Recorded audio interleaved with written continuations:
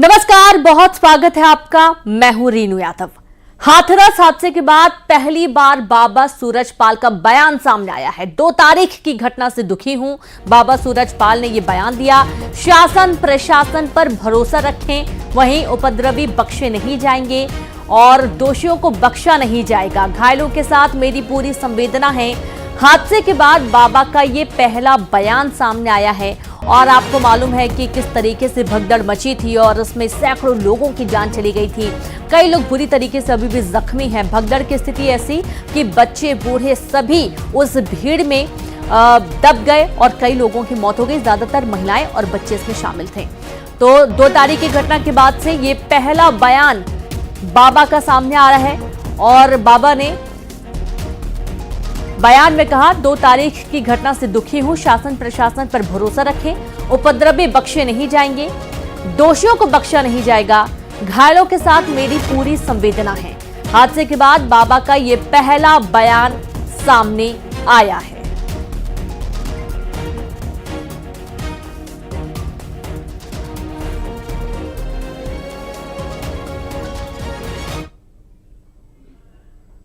दो जुलाई की घटना के बाद बहुत ही व्यथित हैं। प्रभु हमें बस संगत को इस दुख की घड़ी से उबरने की शक्ति दें। सभी शासन एवं प्रशासन पर भरोसा बनाए रखें। हमें विश्वास है जो भी उपद्रवकारी हैं वो बख्शे नहीं जाएंगे। हमने अपने वकील डॉक्टर ए.पी. सिंह जी के माध्यम से कमेटी के महापुरुषों से ये प्रार्थना की है कि दिवंगत आत्माओं के परिजनों एवं इलाजरत घायलों के साथ जीवन पर्यंत संबंधन से। यूपी के हाथरस हादसे का मुख्य आरोपी गिरफ्तार कर लिया गया। हाथरस पुलिस ने दिल्ली से गिरफ्तारी की है। दिल्ली के उत्तम नगर से की गई है गिरफ्तारी। पुलिस ने मधुकर पर रखा था 1 लाख का इनाम। हादसे के बाद से फरार चल रहा था मधुकर। सत्संग का मुख्य आयोजक था देव प्रकाश मधुकर, जिसे पुलिस ने गिरफ्तार कर लिया है। दिल्ली से इसकी गिरफ्तारी हुई है और ये पूरे कार्यक्रम को देखता था। यूपी के हाथरस हादसे का मुख्य आरोपी बताया जा रहा है, जिसे पुलिस ने गिरफ्तार कर लिया है। तो दिल्ली के उत्तम नगर से गिरफ्तारी की गई है। पुलिस ने मधुकर पर 1 लाख का इनाम रखा था। हादसे के बाद फरार चल रहा था मधुकर। सत्संग का मुख्य आयोजक था देव प्रकाश मधुकर, जिसे पुलिस ने गिरफ्तार कर लिया है दिल्ली के उत्तम नगर से।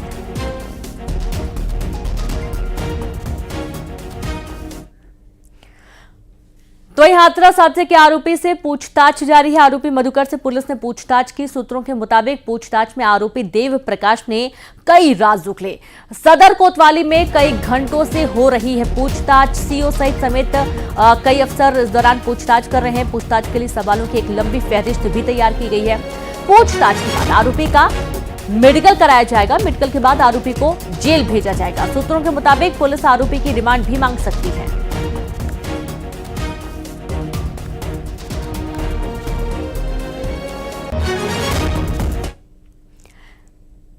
दर्जनों आश्रम और उसके ट्रस्ट, काफिले में कई लग्जरी गाड़ियां, सैकड़ों सेवादार, यानी कुल मिलाकर एक आलीशान और भव्य जिंदगी जीने वाला बाबा सूरजपाल।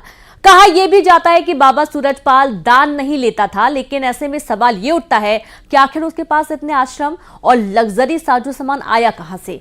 उसका जवाब एक पर्दाफाश से हुआ। बाबा का हैरान करने वाला सच इस स्पेशल रिपोर्ट से देखिए।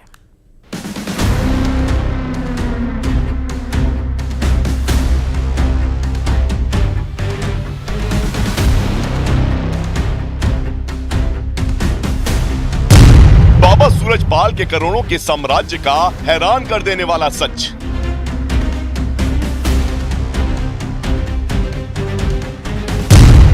बाबा की हम कमेटी करती थी सत्संग की सारी फंडिंग।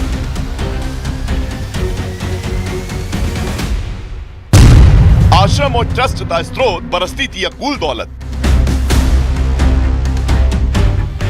हाथरस भगदड़ कांड के बाद से फरार चल रहा बाबा सूरजपाल 4 दिन बाद पहली बार कैमरे के सामने आया और सफाई दी। दावा किया कि उपद्रवियों को बख्शा नहीं जाएगा। लेकिन इस बीच बाबा सूरजपाल के कई सनसनीखेज सच सामने आए। उनमें से एक सच ये है कि बाबा किसी भी भक्त से दान न लेने का दावा करता था। लेकिन हाथरस भगदड़ केस के बाद बाबा सूरजपाल की अकूल दौलत का पता चला। यही नहीं, देश में कई आश्रम का भी पता चला जिसका मालिक बाबा सूरजपाल है। इन आलीशान आश्रमों की संपत्ति करोड़ों रुपए से भी ज्यादा की बताई जा रही है। इसके साथ ही खाकी वर्दी के बाद सफेद लिबास में बाबागिरी करने वाले बाबा सूरजपाल की कमाई के 3 स्रोत सामने आए हैं। आश्रम, ट्रस्ट और हम कमेटी। इन्हीं 3 स्रोत से बाबा न सिर्फ लग्जरी लाइफ जीता था बल्कि करोड़ों के साम्राज्य को खड़ा कर दिया है।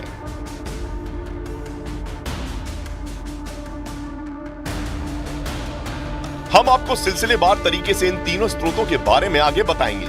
लेकिन सबसे पहले बाबा सूरजपाल की उस करतूत से पर्दा उठाना होगा जिसकी वजह से ये पूरा साम्राज्य खड़ा हुआ है। और इन सब की शुरुआत तब हुई जब बाबा ने अपने ट्रस्ट का नाम बदला।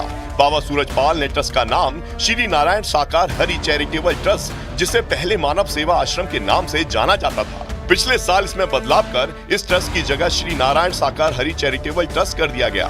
यही नहीं, कासगंज के पटियाली में रजिस्ट्री ऑफिस में जब इस ट्रस्ट से जुड़ी कुछ रजिस्ट्रियां हुई थीं, तभी 12 साल बाद बाबा कासगंज गया था। बताया ये भी जाता है कि जिन जमीनों पर बाबा के आश्रम मौजूद हैं, वो ज्यादातर दान की जमीनों पर बने हैं जो बाबा को मानने वालों ने उनके मानव सेवा आश्रम ट्रस्ट को दी थी। लेकिन पिछले साल जैसे ही जमीनों की रजिस्ट्री बाबा सूरजपाल के ट्रस्ट के नाम पर हुई, तुरंत ट्रस्ट का नाम बदल दिया गया ताकि करोड़ों रुपए की इन संपत्तियों पर भविष्य में उनके ट्रस्ट का कब्जा हो सके। इस समय बाबा सूरजपाल के पास यूपी सहित कुछ राज्यों में कई आश्रम हैं। हर आश्रम का एक ट्रस्ट होता है और हर ट्रस्ट में अलग अलग दान होता है। आश्रम और ट्रस्ट में कोई भी दान कर सकता है।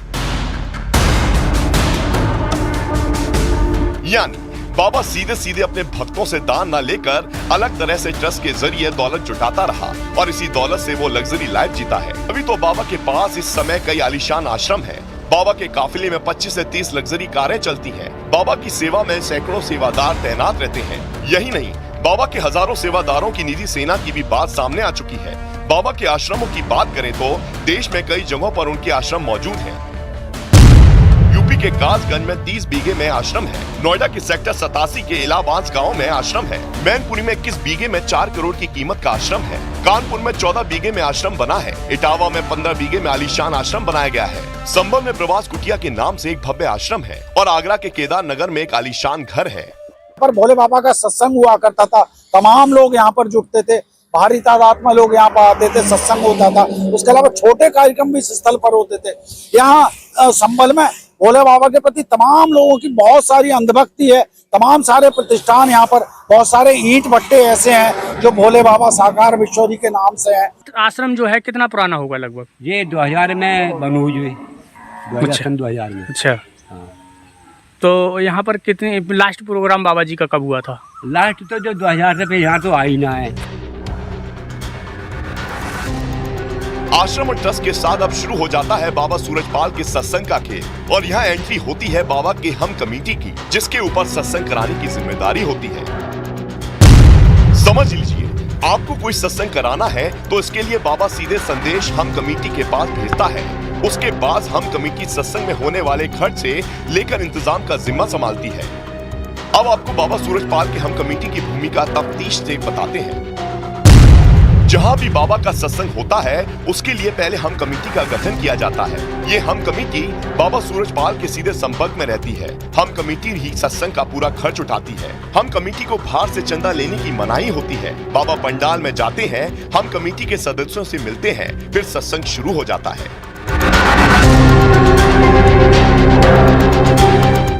यानी बाबा सूरजपाल के सत्संग के लिए हम कमेटी के जरिए ही कोई पंडाल का टेंट लगवाता है, कोई खाने पीने की व्यवस्था करता है, तो कोई सेवादारों को मैनेज करता है।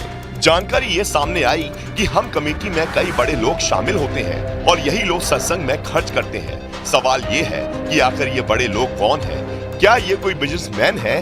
क्या ये कोई बड़े सरकारी अधिकारी है?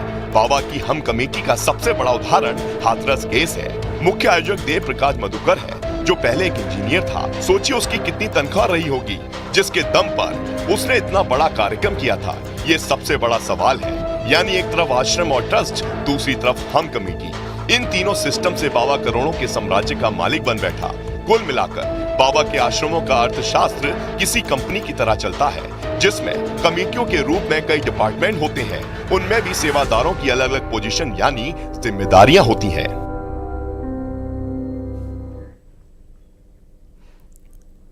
एमपी में नकल का खेल खुलेआम चल रहा है। भिंड से लेकर मुरैना तक परीक्षाओं का मजाक बन चुका है। परीक्षा में बेरोक टोक नकल चल रही है।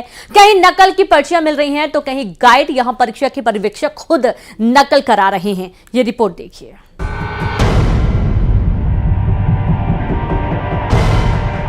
टेबल के नीचे, बाथरूम के अंदर, छज्जे पर, फर्श पर, जहां भी नजर जाए हर तरफ नकल की पर्चियां बिखरी पड़ी हैं। ये तस्वीरें भिंड की हैं।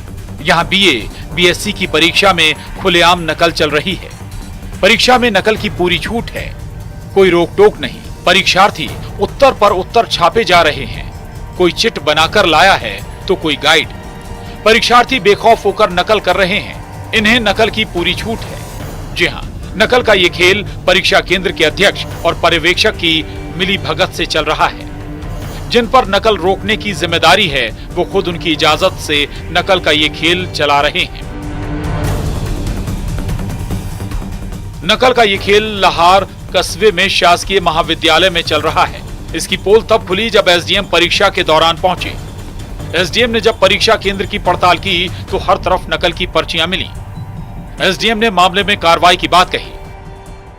जो भी पर्यवेक्षक ड्यूटी के दौरान नकल करवाते हुए पाए गए, बच्चे नकल कर रहे थे वहाँ पर, और जब बच्चों की जांच की गई तो उनके पास से नकल की जो चिटें थी और जो परीक्षा गाइडें आती हैं वो मिली हैं वहाँ पर। तो इसके लिए पर्यवेक्षक जिम्मेदार हैं। इन लोगों की ये नैतिक जिम्मेदारी थी कि वहाँ इन्हें इस बात की तस्दीक करनी चाहिए थी कि कोई बच्चा नकल तो नहीं कर रहा है। इसके अलावा जो बच्चों के शौचालय थे उनका भी निरीक्षण किया गया तो वहाँ भी जो है नकल सामग्री मिली है। तत्काल कलेक्टर महोदय को अवगत कराया गया है और उनके संबंध में प्रकरण कलेक्टर महोदय की ओर अग्रसित किए जा रहे हैं ताकि इन पर कोई जो नियमानुसार डिसिप्लिनरी एक्शन हो लिया जा सके। एमपी में परीक्षाओं में नकल नई बात नहीं।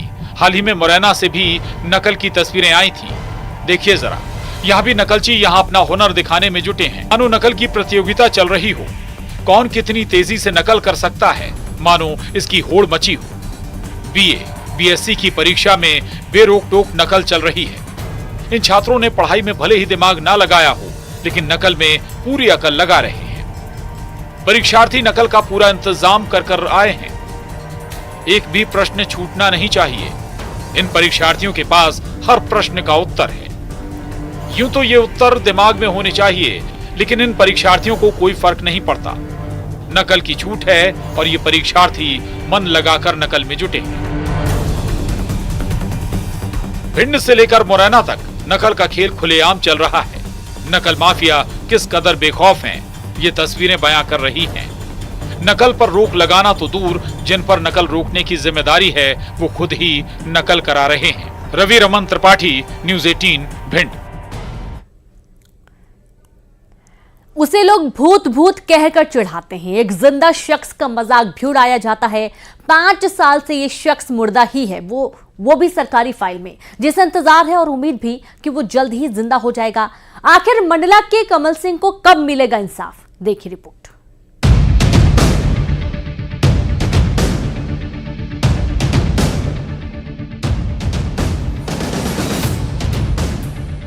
तो उसको अभी गांव वाले सब मजाक बना रहे हैं। ये मुर्दा जब गांव से निकलता है तो इसका मजाक उड़ाया जाता है। मजाक ही नहीं, भूत भूत कहकर कुछ गांव वाले भी चिढ़ाते हैं। जाहिर सी बात है, जब ये शख्स जिंदा है तो भला मुर्दा कैसे हो गया? तो सरकारी महकमे का ये वो कारनामा है जिसमें कौन जिंदा कब मुर्दा बन जाए ये कहा नहीं जा सकता। मंडला के बगछेरा गोंदी पंचायत के खलवारा गांव के रहने वाले 40 साल के कमल सिंह कुछ दिनों से नहीं बल्कि सरकारी फाइल में 5 साल से मुर्दा हैं। पंचायत द्वारा मेरे को पंचायत द्वारा मरे घोषित कर दिया है। मेरे कुछ लाभ नहीं मिलता है। खुद को जिंदा साबित करने के लिए कमल सिंह खेती बाड़ी छोड़कर दफ्तरों के चक्कर लगा रहे हैं। सवाल कर रहे हैं, मैं जिंदा हो जाऊंगा ना? आवेदन किया हूँ। अब क्या हुआ? सुनवाई नहीं हुई? नहीं हुआ सुनवाई। कितने साल से पढ़े? 5 साल से। दरअसल कमल सिंह अपने बच्चे का स्कूल के लिए हॉस्टल में एडमिशन कराने गए थे, जहां उनसे समग्र और संबल आईडी मांगी गई। कमल सिंह इसे लेने के लिए ऑनलाइन दुकान गए। जब ये राज खुला कि वो तो सरकारी कागज में मर चुके हैं, तो पैरों तले जमीन ही खिसक गई। मेरा भाई को 5 साल पहले मार दिया गया है और अभी वो जिंदा है, और पंचायत में सत्यापित भी कर दिया गया है कि वो मर चुका है और वो अभी जीवित है। और लड़का बच्चे पढ़ाने के चक्कर में बहुत परेशान है। 2018 में कमल सिंह को समग्र आईडी और दूसरे सरकारी दस्तावेज में मृत बना दिया गया। साल 2019 में इस गलती का सत्यापन किया गया और सरकारी योजनाओं का लाभ मिलना बंद हो गया। समग्र आईडी मांग रहे हैं तो समग्र आईडी में तो मृत घोषित है। ना पंचायत के लैट्रिन बाथरूम मिल रहा है, ना ही आवास योजना मिल रहा है। कोई ही राशन कार्ड, मतलब राशन कार्ड में भी से ही वंचित कर दिया गया है। कोई ही पात्र नहीं है। ऐसे हर मुर्दे की तरह, यानी सरकारी दस्तावेज में मृत घोषित करने के बाद फरियादी को मिला आश्वासन कि फिक्र मत कीजिए, आप जल्द जिंदा हो जाएंगे। कमल के द्वारा एक आवेदन पत्र इस संबंध में प्रस्तुत किया गया है, क्योंकि कल हमारे ऑफिस में कल ही इस संबंध में आवेदन मिला है। इसकी एक टीम बना के जांच करके जो नियमानुसार कार्रवाई है वो की जाएगी। वाकई हैरान कर देता है, मुर्दा एक मजाक। ऐसी लापरवाही पर कब लगेगा विराम? मंडला में कृष्णा साहू के साथ bureau report, news 18, Madhya Pradesh, Chhattisgarh.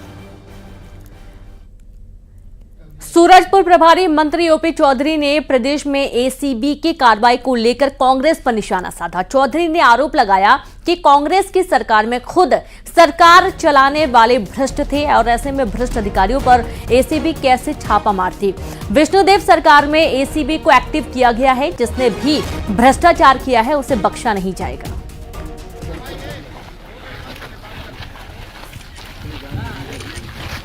तो करप्शन करने वालों को बख्शा नहीं जाएगा। सरगुजा प्रभारी मंत्री ओपी चौधरी ने प्रदेश में एसीबी की कार्रवाई को लेकर कांग्रेस पर निशाना साधा।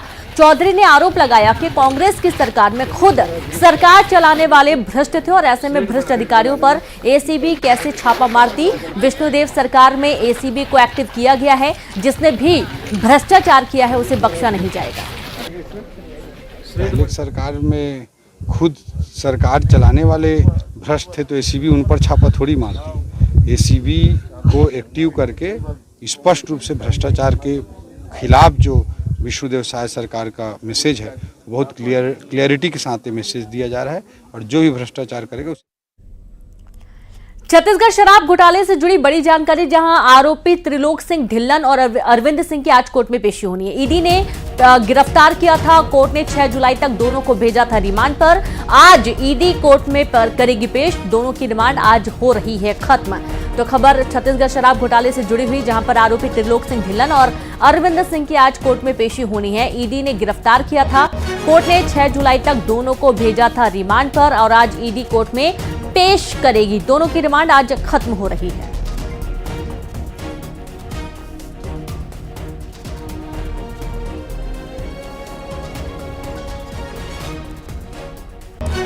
तो दोनों की रिमांड आज खत्म हो रही है और इसके पहले कोर्ट में पेशी होनी है। ईडी ने इन्हें गिरफ्तार किया था। छत्तीसगढ़ शराब घोटाला जो कि बहुत बड़ा घोटाला है और दोनों ही आरोपियों की आज कोर्ट में पेशी होने वाली है।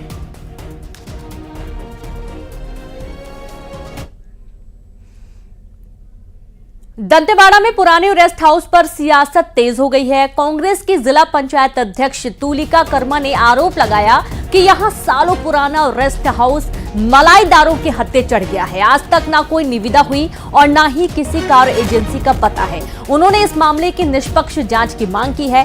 कलेक्टर ने भी इस मामले को विवादित बताते हुए कुछ भी कहने से इनकार कर दिया।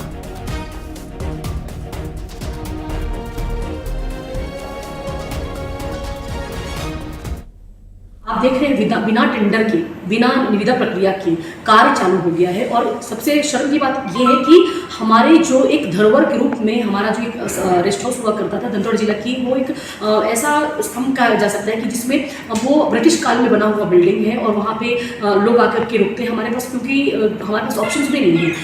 एक सर्किट हाउस है और एक छोटा जो पुराना हमारा जो रेस्ट हाउस है उसको विधायक आवास बनाया जा रहा है। और चलिए अब देखेंगे 20 बड़ी खबरें।